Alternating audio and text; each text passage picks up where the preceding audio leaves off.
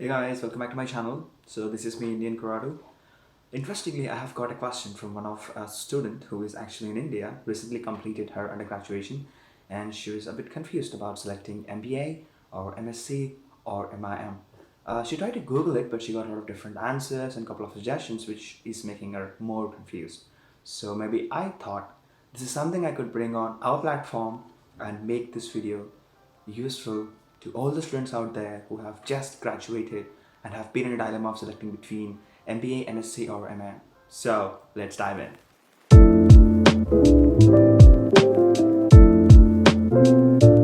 Before getting ahead into the detail, I would like to clarify one point. The entire video will be discussing based on one thin line between two people. I mean two different kinds of people, and one is the one who has recently graduated or may have up to 2 to 3 years maximum of experience, and the other people, I mean the other segment of people who have more than 3 years of experience. So this entire video is for both of the people and who are still confused between choosing the course of MSc or MBA or MIM. So let's proceed.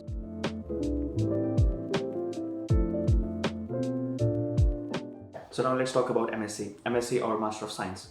This term has recently come in recent decades, I would say, and this term or this course curriculum entirely targeted to a part of people who have recently graduated from their schools, and also to recent young professionals who does not have so much experience but very recent. When I say very recent, that bracket actually differs. Some schools accept persons who have 2 years of experience maximum limit or 3 years of experience maximum limit.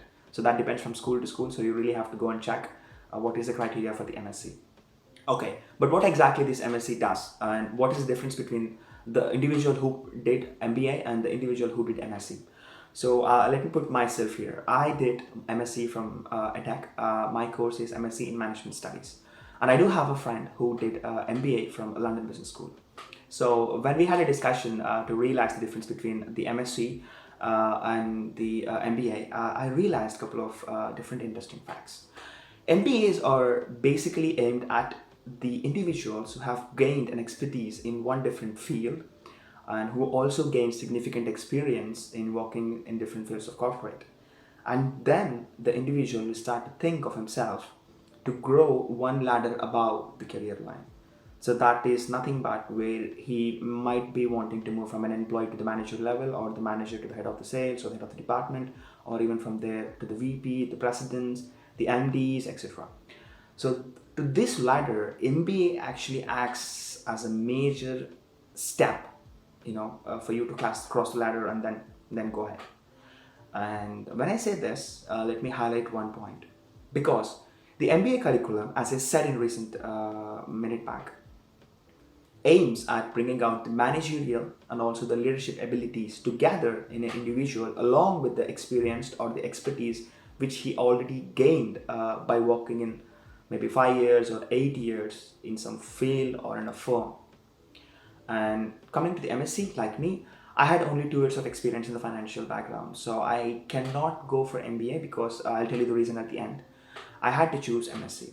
When I entered into the MSc curriculum, one thing I realized, the course is not actually the macro level or the broader picture, I would say, inside the organization. It is more focusing on the skills and the abilities that you would definitely need to excel in one role given in an organization. But when you look at the aspect in the MBA, it's completely different. It's not focusing on one role that you really need to excel. It's about maintaining different kinds of responsibilities at one cluster point, and then you are leading the entire organization or the entire team or the entire department. So that is the major difference between the course of MBA and the course of MSc.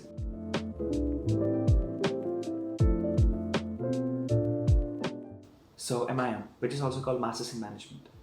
This course has very interestingly emerged into the business world very recently, I mean in the very recent decades, and it has a very predominant role across Europe. I'll tell you how and why. When we talk about the MBA, when we talk about the MSCs, you might have observed one difference, that they will definitely entirely focusing on inside the classroom focus study, or maybe inside the course curriculum, that you are actually in the school. Maybe you're studying offline or online, you are in the school technically. But coming to the MIM, it will give you an option to go outside, work, and then come back to school. So this is an interesting part why most people are becoming attracted to this course. How it works. Basically, MIM is classified as M1, M2, plus 1. So what is M1, what is M2, and what is plus 1? So in the M1, people coming from different backgrounds, obviously, people who have just recently graduated, they could be coming from engineering, civil engineering, chemical engineering, or maybe coming from arts background, even sometimes it could be a medicine background, but ultimately they want to get into a business course and they want to do a management course. They have a different career plan, right? So for these kind of people, MIM, in M1, that is the first year of MIM, it starts introducing business concepts to all the students coming from different background, and then it will try to make you in the same middle ground.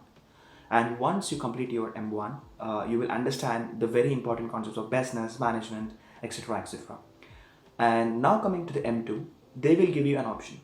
The option is you can take a break, you can go out of the country, or you can stay in the country, then work for 6 months at one company and the other 6 months at one company, totally 1 year, and then you come back to school, and then you select a specialization, and then you do your M2. So most of the people would take the 1 year gap. They go out, they work in different companies, they gain the experience, they come back, and then they go for M2. When they go to M2, since they already understood the basics of the business, since they already have undergraduate degree, and now they have went out and did 2 different internships for 6 months and 6 months. They understood the market, they understood the skills they are lacking of, they understood that what motivates them a lot inside the work. So now once they come back for doing an M2, they will be given an option to select a specialization. So that is where the MSc would come into picture again. So it's like specialization will be MSc in finance, MSc in management, or MSc in animation, MSc in statistics, MSc in artificial data, etc., etc., etc. So that is how an MIM would work. So basically, first year you will study everything basic along with different backgrounds, and then 1 year you go out, you gain the experience, you come back, then you realize what's your strength, what's your weakness, what are exactly you're willing to do in future. Then you do your M2 in specialization. So M1 plus 1 plus M2 all together is called MIM codes, which is really becoming boom in the European continent right now. And in this, there is one more kind of category where the school will ask you, or sometimes you decide by yourself, you do M1 and M2 like regularly without gap, and then you take plus 1. That means you work 1 year, you study 1 year, the general basics of business, and then you study the second year by doing a specialization. And when come to the plus 1, you have to go out again, you work, you come back, and then only school will declare you as a graduate, or you just have to meet those requirements. That is a criteria that you have to study 2 years, and you have to work 2 months, 6 months, 6 months in different companies to gain the experience. And once you validate all the requirements, then they'll declare you as a graduated from the business school.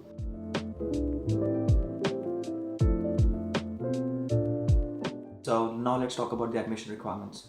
And all the 3 different courses for MBA, MSc, and also the MIM, GMAT or GRE is something which is really important. And along with that, they also look for a certification or a test passed called IELTS, International English Language Testing System, to make sure that people coming from different countries should be proficient enough to understand and communicate well in English. So these 2 are the important exams that you have to go through if you expect to get into any of the D programs from any of the top school in the Europe or in the US. And obviously the second criteria comes with the experience. And as I said, for MSCs, no, experience is not really a mandatory question. But for MBAs, yes, you should definitely have a solid experience. And obviously, I would welcome you to go on Google on different schools, how much experience they are looking into. But if you're aiming for the top schools like LBS, EDHEC, HEC, INSEAD, I would definitely recommend that you should have at least 3 to 5 years of solid experience and gaining more exposure in both professionally and also personally. And the third most important criteria could be the international exposure which you have. Trust me, some top schools would always have a criteria called diversity inside the classroom. So which they would expect, like it should be a mixture, like 6% Indians or 5% Europeans, or maybe 4% US citizens, something like that. And on the same scale, try to have an experience, even though you're from India, if you have a client from a different country, try to gain experience working for the client. This is something you could definitely show in your experience if you're aiming for a top MSc from a top school, because that could definitely put your application in a way that you have an international exposure. So these are the three important criteria that they would look into. Along with that, you should definitely have been graduated from a reputed, or how would I say, like the accredited university from any of the country, with a bare minimum of 60 to 70% if you're targeting the top school in Europe or the USA. And another important admission criteria is nothing but LOR or SOP. So these are the important documents that any top school you apply for, whether you want to do MBA or MSc or MIM, they would definitely ask these two documents. So what are these two documents? So one is SOP. SOP is nothing but statement of purpose. So it is kind of a motivation letter where you describe yourself. It could be anything, like it has different structures, I would say, generally. And the letter should convey that why are you motivated to this particular school, why to this particular course, what have you done in your past, and what will be your contribution to the school, to the course particularly which you're selecting at, and how are you going to excel in this school, in this course. So they want this to be heard from you through this letter called SOP, which is also called motivation letter, which is also called statement of purpose. And along with this letter, they also ask you to provide two more letters called LORs, like letter of recommendations. So they just want two recommendation letters. One should be coming from your recent school, from where you have graduated, and the other must be coming from the recent employer you worked for. So again, in these two letters, they would really look into your skills, your abilities, how are you behaving with others, and what is the fire in you, like what you want to do in future. Are you a good student, or are you a good employee, and how well are you behaved inside a group, inside a team, inside the school, or inside the office, and how have you progressed in over time, and how are you good at learning, everything. It's a mix of everything.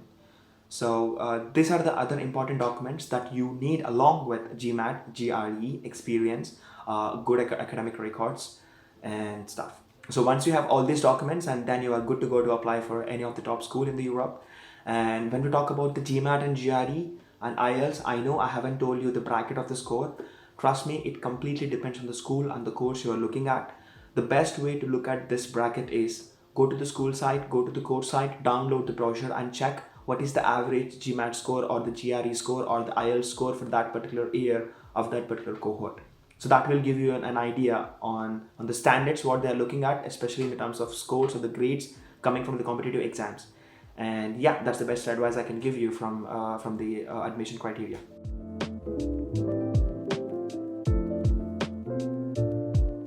So now let's talk about the important thing called the career aspects.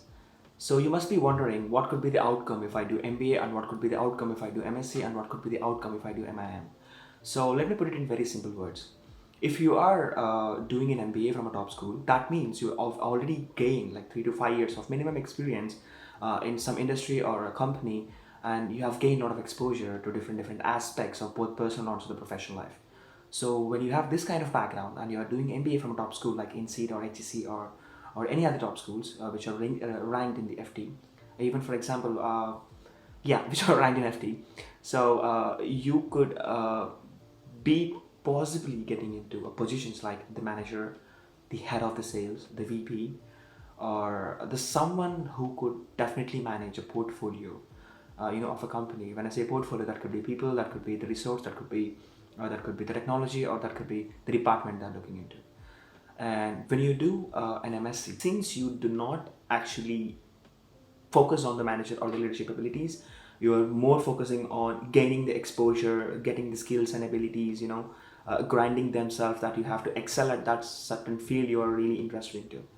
So that is where you might end up into the positions where you might be called as a manager, but you are definitely not holding that position, and you will be like the youngest employee in the organization who are just exploring your potential and also supporting the company on the other hand.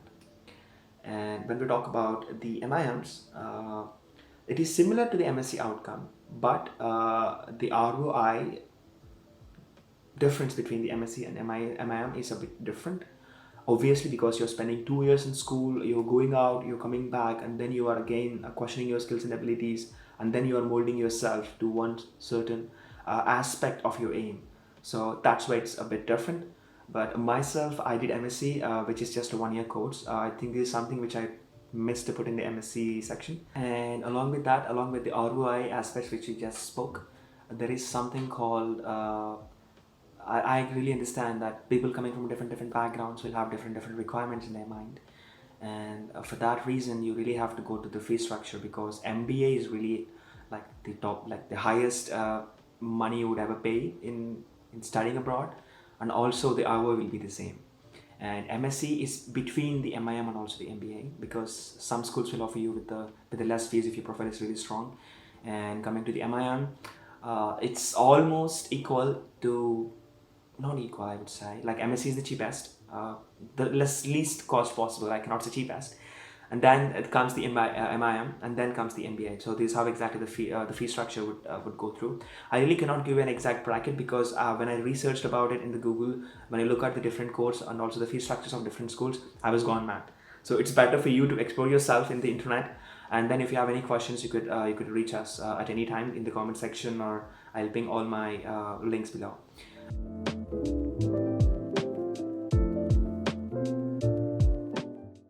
And here comes the best part, the best advice, which is most people asking me in my Instagram and Facebook. So according to me, the best advice is, if you're a recent graduate who do not have much of experience, I would definitely recommend to get into some company, maybe in India, if you're from India. Work at least 1 to 2 years to understand what is your skill set, what the company is looking, what is the market, how exactly the corporate culture would be around you, because you would definitely see a drastic difference between your school and also the office environment. Make yourself comfortable and familiar. You explore yourself, and then like in my case, I took MSc, because in order to get into top MBA schools, your profile really matters. To build a profile, you should be very careful in selecting the degrees. You should be very careful in the titles you're holding. You should be very careful in the experience you're gaining, along with other criteria as well. So if you really want to come abroad, like with the 2 to 3 years of minimum experience, and you really want to explore yourself, MSc or MIM could be the best option. Not MBA, definitely not MBA. And once you get into the MSc or MIM, you explore, you learn a lot of things. You gain the exposure working abroad, because you since already have an experience in India, and then you will be coming to Europe or US, and then you will be working there after your MSc or MIM. So that means you gain the international exposure, and your profile is becoming strong. And once you explore different things around you, or you're in Europe or in US after your MSc or MIM, then you will definitely question your ability, and then you start to realize, okay, maybe this is the time I have to get into the positions where I have to hold the different or the biggest portfolios inside the company. And then you will be very mature to take up the step, and then you shift your academics into MBA. And in the MBA, since you are already a field expert in a kind, because you did MIM or MSc, and now you are exploring from a macro level to the micro level to the macro level of an organization, and that will give you the strongest and the best output possible ever. So that's it for the video. I hope you liked it, and if you're still confused about selecting a school, I have a video which is already uploaded on my channel. You can click here to go to that video directly, and you can check how to pick a right school. And if you're really struggling to build an SOP or LOR, if you need some kind of advice and wherein you really feel to talk to someone, you can definitely comment down below. We will reach out to you, and I'm giving my Instagram, Facebook and LinkedIn handles. If you want to talk to me at any time, if you want to message me at any time, feel free to get in touch with me. And if anybody is really interested, and if you're targeting an abroad school, and if you're stuck with SOPs or LORs, you can just let us know. We will try to help you out, and it's like a giveaway for this time.